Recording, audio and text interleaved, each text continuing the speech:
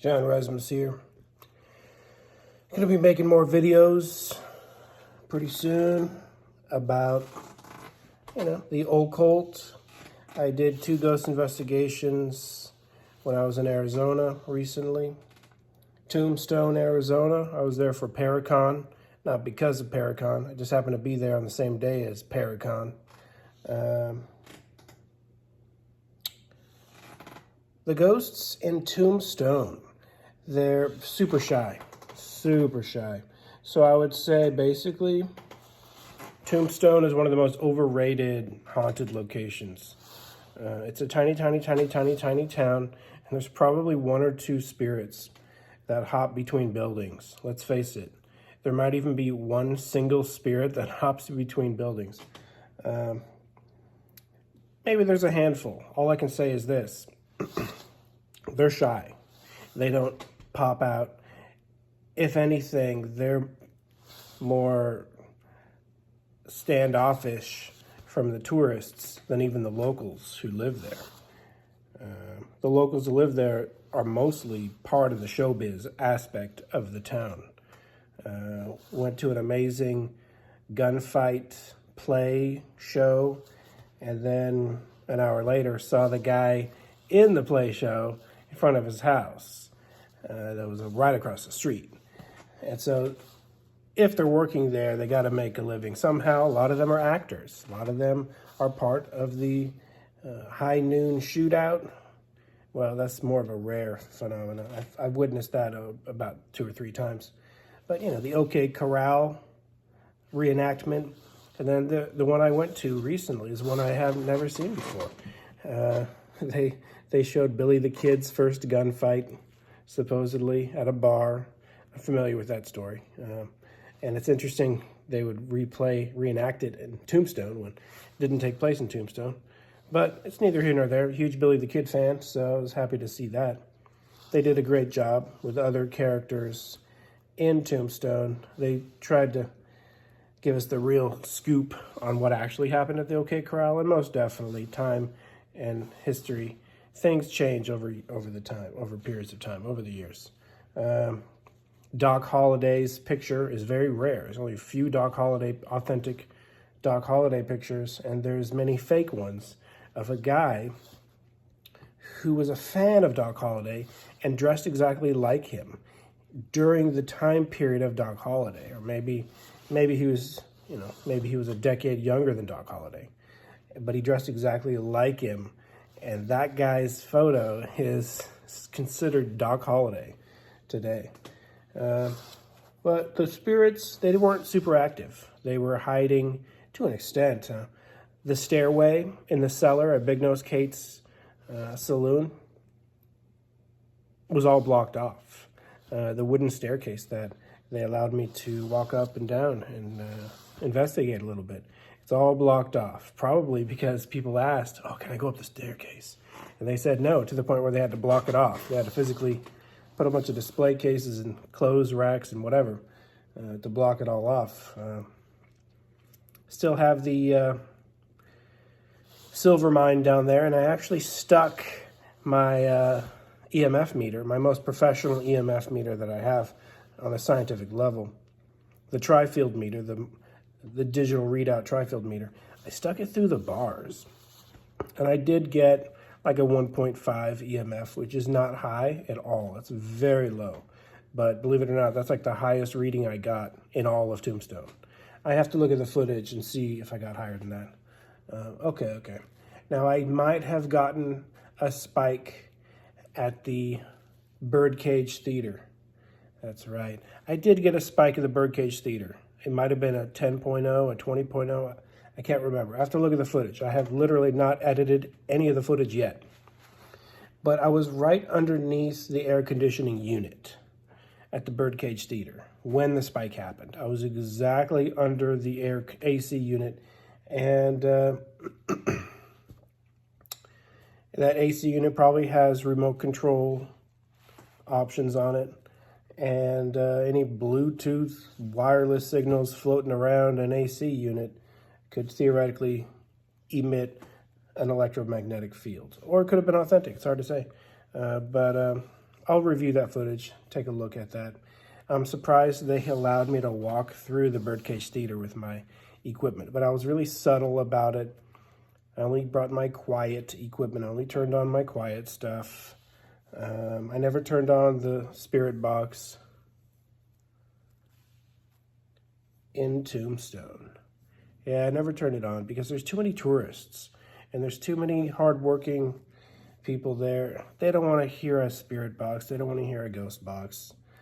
But I did use the EMF meter in many, many places in Tombstone, including a very non-famous location when it comes to ghosts. This location is actually across the street from the OK Corral. I didn't know this. All I know is I heard about this haunted house from an obscure TV show that I can't even remember the name. It's like a knockoff of Unsolved Mysteries. Can't remember the name. Might not even have had a name. Like, could have been called Ghost Encounters. I can't remember what he was called. But it's a very old clip from like a 30-year-old show. The show looked like it's from the 80s. It might have been from the early 90s. But it looked like just from the 80s, and shoot, this show could have been from the late 70s. It was very grainy and very old, and you could tell by the quality of the video alone, very, very old show. A lady said she moved to Tombstone and she was thinking about buying a house in Tombstone, and this house is up for sale. There's probably not too many. There's probably not too many to choose from. It's a very, very, very small town. And she gave it a tour, and she felt an uneasy presence in the building. And so every time she went into it, she felt an uneasy feeling that caused her to not want to buy it. It might have been a good deal, so she didn't buy it, but her friend bought it. And her friend, he didn't seem to have any problems with it, but he was leaving town, and he asked her to house sit it. So she's house sitting, which she already knows is a place with a creepy vibe. And she had a spirit freaking push her physically out of the house. And I guess she heard stories how, there's a spirit there that hates females specifically and pushes them out of the house. Now, this could be total hearsay. It could be true, could be not true. I don't know. But then I watched a second show. I can't remember the show. I watched it on Tubi. It was a free show recently on my Roku. And see, I don't have cable TV, all right? Try to pinch some pennies, you know what I mean? And so I'm watching a couple ghost shows for free on Tubi, and they have Celebrity Ghost Encounters, and they have like most haunted places in America. It might have been most haunted. I don't know. I can't remember. It might have been just some random ghost show. There aren't too many ghost shows on Tubi. It's going to be one of those 10 on there. But some of them have many episodes. And I heard the story a second time. It's on there somewhere. I wish I recorded it, but it talks about this exact haunted house in Tombstone. And so I was like, wow, I got to investigate that place. I always had it in the back of my mind, investigate it. I even knew about it last time I was in Tombstone, the time before this time, last time. And we ran out of time, so I didn't do it. But this time I actually went across the street from the OK Corral, and I walked around it, but I see that it's been repainted, has a nice plaque in front of it, and it's called the Aztec House, okay?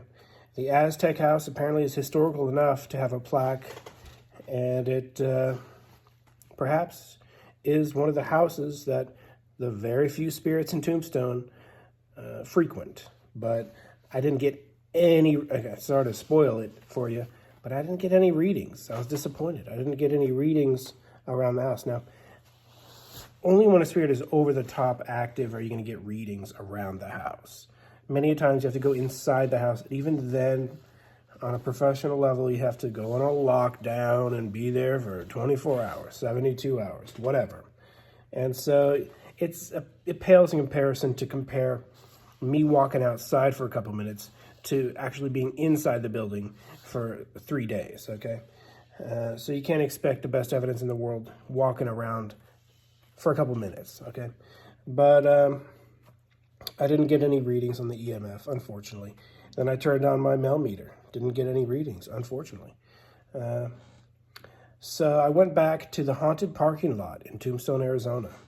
A lot of people might not consider that one of my top haunted locations I've investigated, but it is, from my perspective, because I freaking broke the antenna to my first millimeter on accident because I lifted it and put it down so many times because I was getting so many readings. That was my mistake. I just pulled it too hard and it broke off. But I sent it to Gary Galka. He sent me it back with a fixed or totally repaired antenna. So I went back to that haunted parking lot, and it's totally under construction. And the mall that parking lot is connected to is half demolished. Half of the mall is demolished. So it went from a dying mall to an empty mall, well, a half-empty mall, to a mostly empty mall, to a ghost mall, to a freaking half-demolished mall. And that's interesting to me. It's very interesting.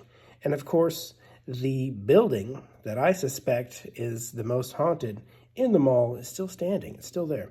But it's behind hundreds of feet of fence.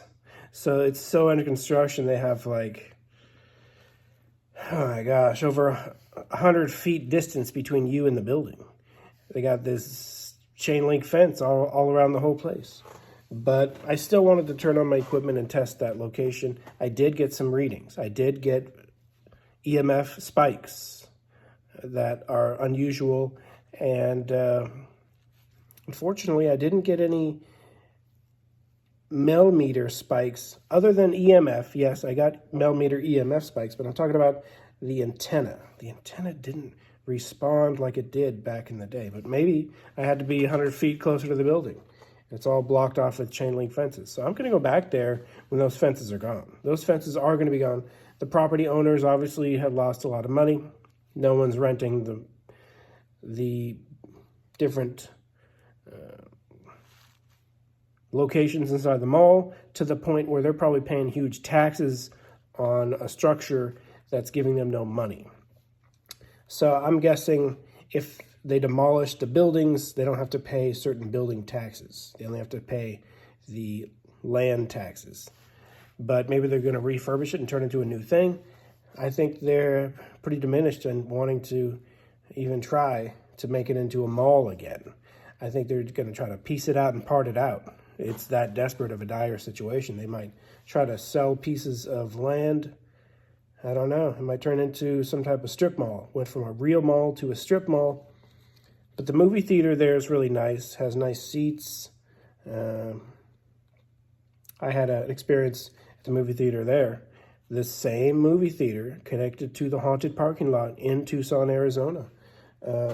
I made a video before I went to see this movie by myself. I don't see movies by myself very often, but Midsommar was premiering, and I was like, I'll see this scary movie. Why not? And the toys in the house were going off by themselves. Just a few toys here and a few toys there. And I was like, hey, you want to watch Midsommar with me? Let's go. And, half sarcastically, But I know this is actually a haunted mall. The parking lot, this particular building attached to it. And so I never had any experiences in the mall itself, but the mall itself did have an eerie feeling when you walked through it. It did have a dead feeling even when he was alive. Even when every shop was filled, it still had a dead feeling. It was always a strange mall compared to other malls. Anyway, I watched Midsommar, and 15 minutes before Midsommar is over, and these are like brand new pleather seats they installed. And maybe they're leather, but I have to assume they're pleather. I'm pretty sure they're pleather. So technically it's plastic seats, nice cushiony plastic seats. They make a really loud, not that sound, but they make a really plasticky sound. Like I'm wearing this polyester jacket, I'm sure it's probably polyester, and you know what pleather makes, you know what the sound pleather makes. It's a pretty obvious sound. And so I sit down on the pleather seat almost in the last row by myself. I think there's literally 1 or 2 people near the middle or the front-ish. There's literally like 3 to 4 people in the entire movie the whole time. But they were way far away from me, in the middle, in the front. And I'm like the back row or the second back row. And I tried to be in the middle-ish. And 15 minutes before the movie's over, I hear a really strong getting up out of the seat exactly to the right of me. And so I think a spirit actually watched the movie with me and was kind of fed up 15 minutes before the movie. Maybe he didn't like the movie, wasn't a big fan. I'm not a big fan of the movie, personally. Midsommar, it would have made a good, like, Outer Limits episode, but it felt stretched. It felt like they stretched. I already talked about this. I did a review of it. It's one of the first scripts that Ari Aster ever wrote. And when he hit popularity with Hereditary, studios were asking him, what's the next movie? What's the next movie? And he didn't have a next movie other than an old script he already wrote, Midsommar. And so he just plopped it on there and they stretched it. They stretched it into a feature film length. But as you can see, there's like 20 minutes of nothing takes place in the whole movie. 20 minutes, nothing. 5 minutes, nothing. 15 minutes, nothing. Stretch, stretch, stretch. You know, felt like an M. Night Shyamalan movie. Too many stretches of a thin script. But, you know, I mean, it's interesting. I like these special effects. It's probably my favorite part of the movie, the special effects. But I'm not going to watch it a second time. It's not scary to me. I think Hereditary is way scarier than Midsommar. Midsommar is not scary at all. Spirit next to me didn't particularly like it either. Made a huge getting up out of the pleather chair sound. And these are huge seats. They're really puffy and huge. So this theater really went all out in making it over-the-top luxury seating to try to get people to come to this dead mall where almost everything is dead at this point. All we have is a Barnes & Noble and the movie theater. That might be it. Out of all the businesses that used to be there. There used to be like 20 plus businesses, and now it's down to 2. The movie theater and Barnes & Noble. That's it. So they're trying to pretty much rip out every building that is not the mall and Barnes & Noble and try to separate them. Anyway, I'm going to edit the crud out of that investigation, the parking lot investigation, which I will tell you is a particular mall. I'll give the name of the mall. At this point, I can't be held accountable for the mall dying because it's already stripped and dead and the walls and the bricks are being pulled out. Stay tuned. Man, I never turned this thing on. What the heck? I have this thing attached for nothing. This happens a lot. So, there's some new shades. Ice blue. Yeah. Wearing my wind snowbreaker for the summer. Speaking of the summer, you know, can't wait to toss a little bit of the squiggly frisbee. Toss a little bit of the swimming pool squiggly frisbee. Can't wait for that. So I'm looking forward to the summer. Stay tuned. More episodes coming soon. Occult book reviews. Who knows?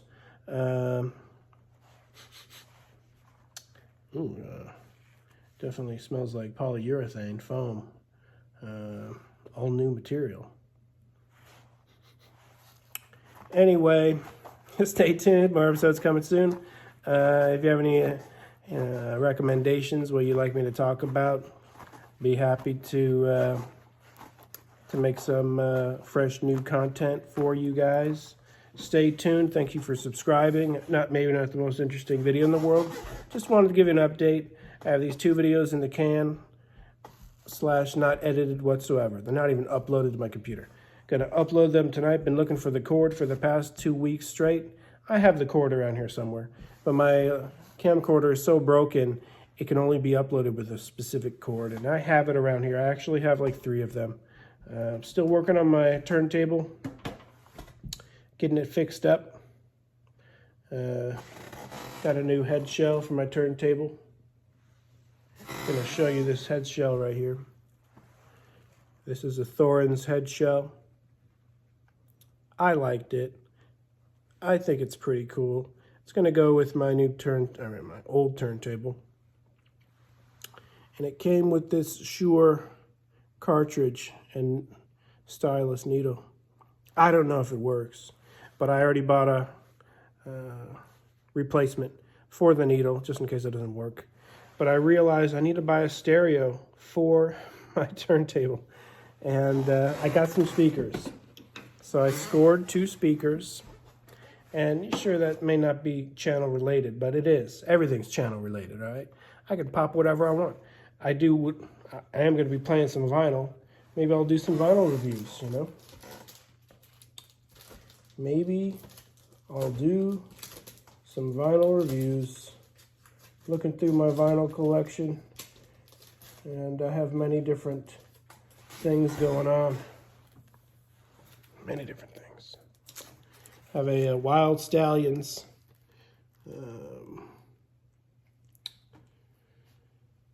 soundtrack to the Bill and Ted Face the Music. So Bill and Ted 3.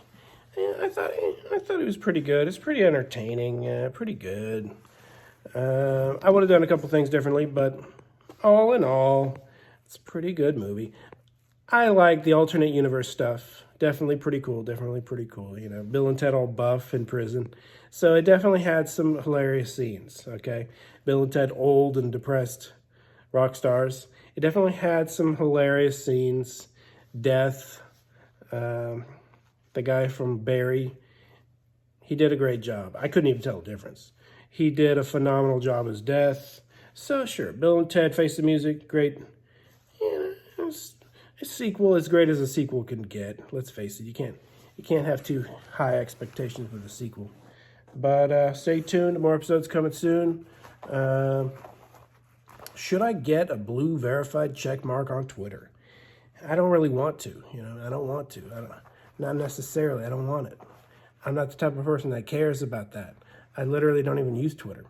But I am going to be releasing my book, and to promote my book, if I got to pop $89 for a 1-year subscription of Twitter Blue to advertise my book, advertise my channel, you know, to talk about paranormal stuff and my comments not be pushed to the very bottom, it would be nice for a year to have that type of ability to just talk about the channel, talk about occult book reviews, talk about my ghost investigations, talk about EVPs without someone saying, well, what are you, some kind of comedian?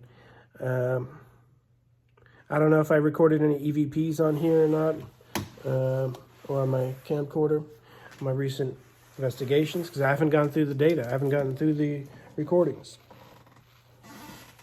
Everything I do investigation-wise is 100% legitimate.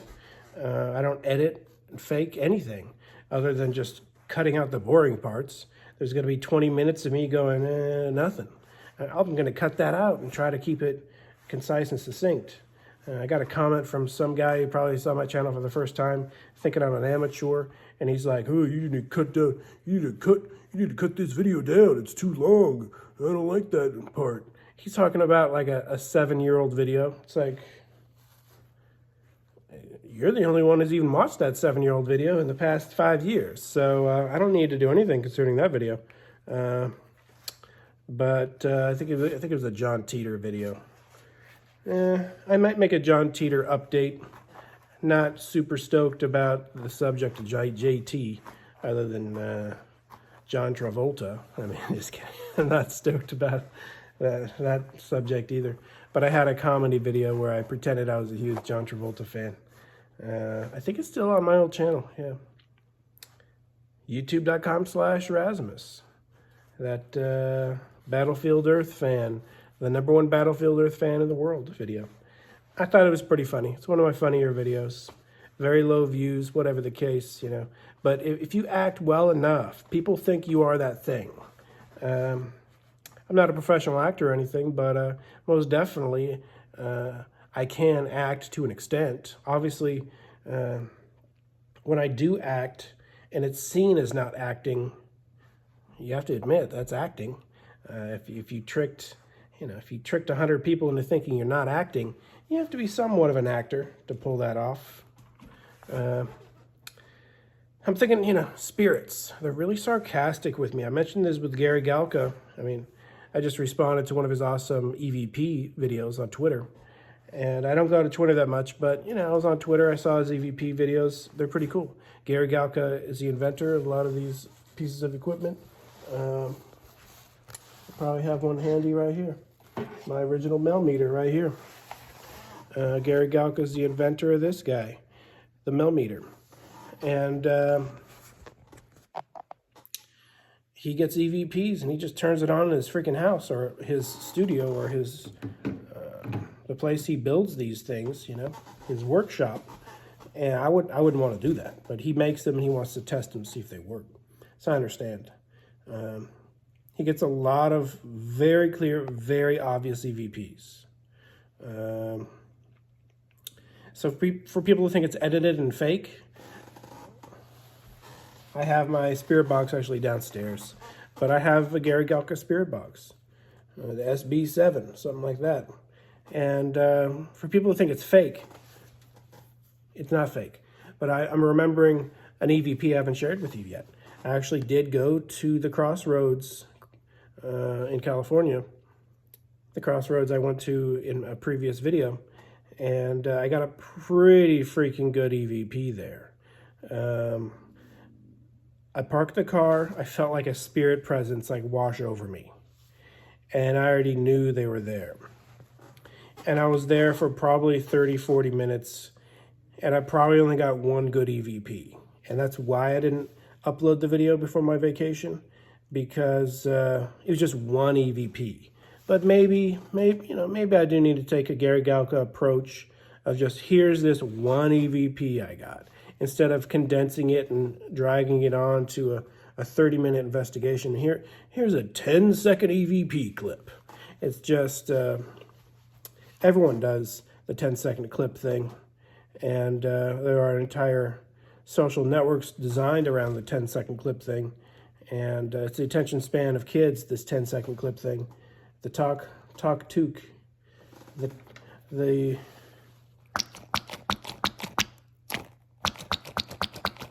Gujitsu generation. And, I'm not necessarily like that, you know what I mean? But I'll do it. I'll give it a shot. Maybe I'll do some short clipperinos. YouTube keeps asking me, you want to upload this super short clip thing? And I'm like, what are you talking about, robot? I don't want to edit my videos down to 10 seconds, but maybe I should, Some guy said he edited his videos down to 10 seconds and they started to go viral. And he got 7 million views. And then he had tons of views and then YouTube cut him off. Then he had no views. The adpocalypse, let's face it, Gujitsu'd my views down to the level of this guy's eyeballs. Bam!